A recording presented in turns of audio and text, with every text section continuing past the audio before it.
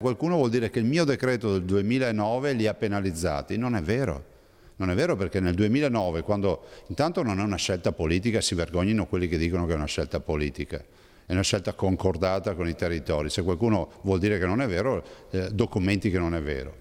Nel 2009, quando ho preso in mano la situazione, il Prosecco non lo produceva solo Conegliano e Valdobbiadene, ne facevano 50 milioni di bottiglie loro e solo in provincia di Treviso in pianura 160 milioni.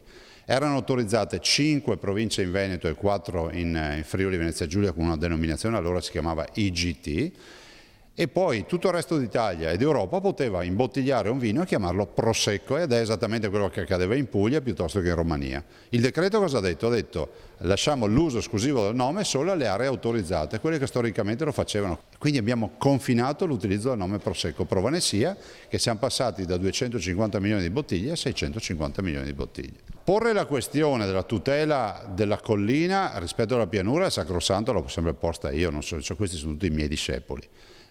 Trovare la scusa del decreto vuol dire non aver capito nulla, vuol dire non conoscere neanche la normativa. Immaginiamo per un attimo che io non avessi fatto il decreto. Oggi avremo tutta Italia e tutta Europa che imbottiglierebbe Prosecco. È esattamente quello che stavano facendo nel 2009. Se l'alternativa che volevano i produttori è questa, allora vuol dire che forse varrebbe la pena di chiedere addirittura la revoca del decreto.